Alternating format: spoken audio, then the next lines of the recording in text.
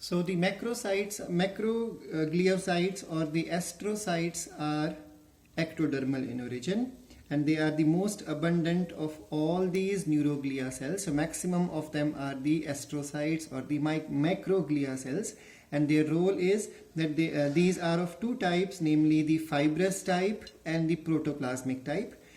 The fibrous type is found in the white matter, and the protoplasmic type is found in the gray matter, and they provide the property of repair. So they perform repair, they perform the replenish of the lost cells in the neural tissue. They even support the whole nervous system, as well as they are phagocytic in nature. So they play a major role, that's why they are maximum in number. The second category is the oligodendrocytes, also called as the oligodendroglia. They are smaller compared to the astrocytes, and they have few processes. They are found in close association with the large nerve cells and between the bundles of the fibers in the white matter. They play metabolic role and in formation of the myelin sheath. So Schwann cell is an example of oligodendrocytes or oligodendroglia, because they constitute myelin sheath which surrounds the axons of the neurons.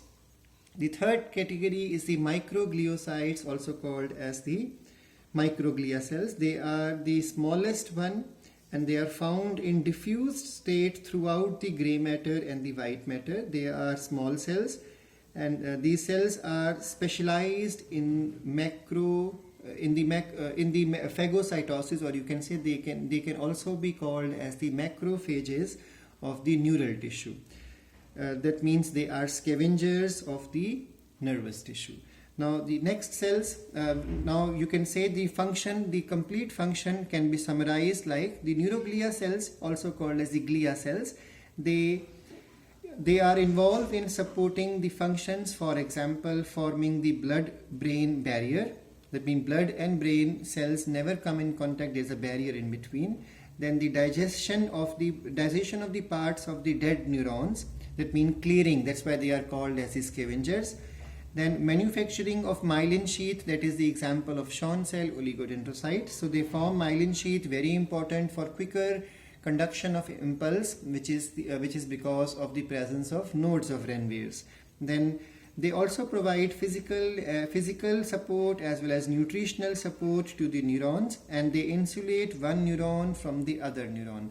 Just remember that if oligodendrocytes or Schwann cells were not present here, then the message will go in every direction and will become diffused or weak. But unidirectional flow is possible because myelin sheath will not allow sidewise conduction, only one direction conduction would be possible. The only exception is when collateral branches are present. In that case, message will go to the lateral sides also. So the next cells now are the ependymal cells. The ependymal cells are the epithelial cells that line the cerebrospinal fluid. This word I have explained before also to you. So these are epithelial cells which are basically ciliated simple cuboidal epithelium. So cuboidal is the shape, simple means one layer, and they carry on their free surface cilia. That's why they are called as ciliated simple cuboidal epithelial cell, also called as the ependymal cell.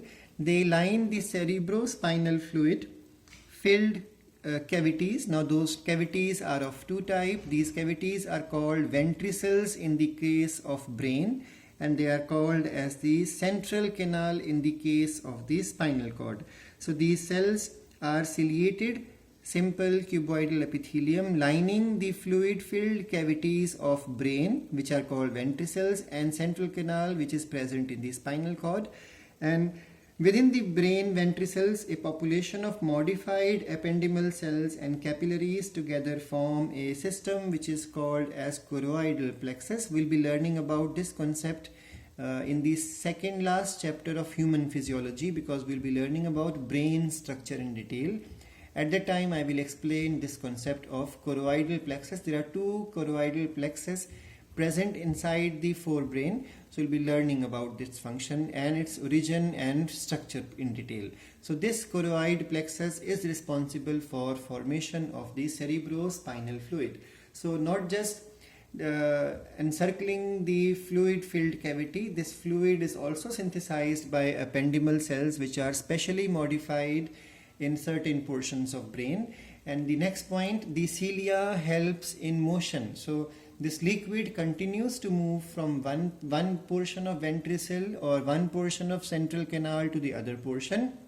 That means that there is a continuous movement of this cerebrospinal fluid, which is important to provide nutrition to every corner of the brain, as well as take away the excreta material, or take away the bad gases and provide fresh oxygen.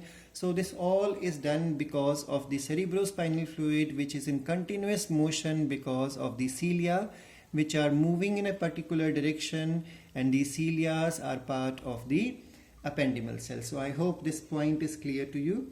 The last cells which are present in the neural tissue are called as the neurosecretory cells. Now, neurosecretory cells are also a part of the hormonal system. From the name you can make it out. So we'll be learning about them in detail in the last chapter of human physiology, because we'll be learning that their function is to release the hormones. So the neurosecretory cells produce secretions which are called as the neurohormones that travel along the axon and are released into bloodstream, and these are present in most of the multicellular animals and usually distinguished from other neurons by their large nucleus, and their endings also are quite peculiar in shape, so they are easy to be make out when compared with the other type of neurons. So this is the complete composition of the neural tissue, which is excitable and conductive, which has the excitability and conductivity property and has no centrosome, so it does not divide.